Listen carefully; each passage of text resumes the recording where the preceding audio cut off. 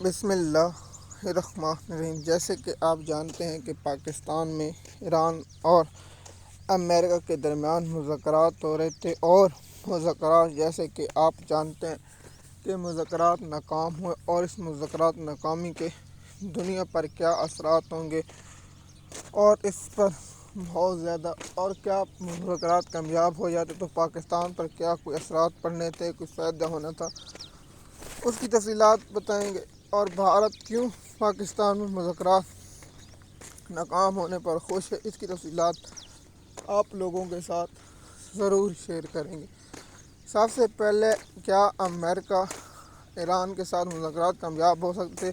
تو آپ کو معلوم ہے کہ ہم نے پہلے بھی کہا تھا کہ امریکہ اور ایران کے درمیان مذاکرات کامیاب نہیں ہو سکتے، کیونکہ امریکہ جو جنگ میں حاصل نہیں کر سکا وہ مذاکرات کی ٹیبل پر حاصل کرنا چاہتا تھا، لیکن ایران نے وہ نہیں دیا، اور ایران ثابت قدمی رہا۔ ایران کو دھمکیاں بھی دی جا رہی ہیں، اور ایران اس کے باوجود بھی ثابت قدمی ہے۔ جیسے کہ آپ کو معلوم ہے کہ اس وقت جو حالات ہیں، دیکھیے دنیا کی معیشت پر بہت زیادہ اثرات، آب ہرمز کے بند ہونے کے بعد معیشت پر اور گہرا اثرات ہونا ہے۔ جیسے کہ آپ جانتے ہیں کہ آب ہرمز بند ہونے کی وجہ سے بہت زیادہ نقصان ہو رہا ہے، اور دنیا کی تجارت اور گیس اور یورپ اور اس کے بعد گلف ممالک زیادہ تر متاثر ہوئے۔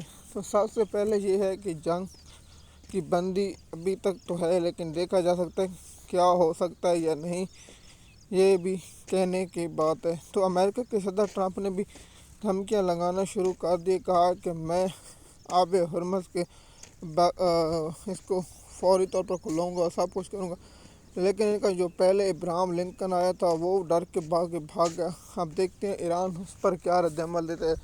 پاسداران انقلاب نے کہا ہے کہ پورا مکمل کنٹرول ہمارے پاس ہے، تو اس لیے ہم ٹرمپ کی دھمکیوں میں نہیں آتے۔ سب سے بڑی بات یہی ہے کہ امریکہ کے صدر ٹرمپ جو دھمکیاں دے رہے ہیں، اس کے باوجود بھی ایران ثابت قدمی ہے، اور ایران اپنے طرز سے مسنود، تو اس لیے امریکہ کو بہت بڑی پریشانی ہے۔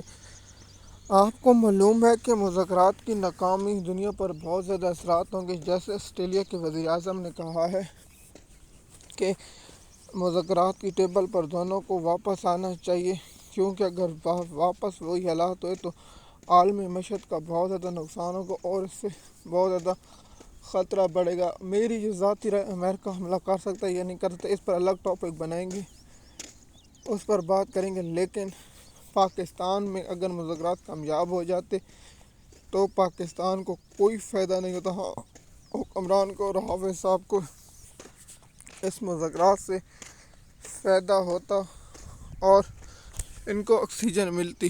یورپی یونین نے کہا ہے کہ انسانی ہمدردیوں کی بنیاد پر مذاکرات ہونے چاہیے۔ میں نے وہاں ان کو جواب دیا، تم انسانیت کے کہنے کے لیے، تم نے جو غزہ میں فلسطین کے معصوم بچوں کو قتل کرنے میں امریکہ کا اور اسرائیل کا ساتھ دیا، اور پاکستان کی عوام کے ووٹ چوری کرنے میں تم بھی اس طرح مجرم ہو جتنا الیکشن کمیشن، قاضی فیصل اور حافظ صاحب ہیں۔ تو آپ کو معلوم ہے کہ جنگی حالات کی وجہ سے بہت سے معیشت اور بہت سے اثرات ہو سکتے ہیں، اور اگر جنگ مزید بڑھتی ہے تو یورپی یونین اور گلف کے ممالکوں میں بہت زیادہ ہی مہنگائی اور تیل کی قیمتوں میں اضافہ، اور خاص طور پر پاکستان جیسے ملک میں تو ویسے حکومت دیکھ رہی ہوتی ہے کوئی ایسا معاملہ ہو ہم اس کو پٹرول اور مہنگا کریں۔ دیکھیے امریکہ کی خواہش ہے کہ مذاکرات ہماری مرضی سے کامیاب ہوں، اور ایران کی خواہش ہے کہ ہماری مرضی سے خواہش ہوں، لیکن اگر یہ بیٹھے رہتے اور مذاکرات کا 3-4 راؤنڈ کرتے تو کوئی نہ کوئی حل نکل آتا، لیکن امریکہ دم دبا کر بھاگ گیا ہے۔ تو مذاکرات دیکھیے انڈیا یہی چاہتا تھا کہ مذاکرات ناکام ہو، لیکن ہماری دل سے خواہش ہے کہ پاکستان میں یا کہیں بھی مذاکرات کامیاب ہوتے اور جنگ بندی مستقبل ہوتی، لیکن افسوس ہے مذاکرات ناکام ہوئے۔ دیکھیے بھارت کو بھی سب سے زیادہ نقصان ہوگا، پاکستان کو بھی، یہاں کیونکہ ایسے حالات ہوں گے تو سب سے پہلے جو متاثر ہے وہ پاکستان اور بھارت ہے، کیونکہ ان کی عوام پٹرول گیس کی سب سے زیادہ مہنگی ہوتی ہے۔ تو حکومتوں اور ان کے جو درمیان ہے ان کی بات ہو، لیکن جو مذاکرات ناکام ہوئے، سب سے بڑا اثرات یہی ہو سکتے ہیں کہ دنیا پر معیشت کا نقصان ہو سکتا ہے اور اس کے بہت سے اثرات دور تک میں، جیسے پیٹرولیم مصنوعات کی قیمتیں بڑھ سکتی ہیں۔ مزید معلومات کے لیے آپ ہمارے اسی چینل پر رہیں تاکہ آپ کو مزید انفارمیشن ملتی رہے۔ شکریہ۔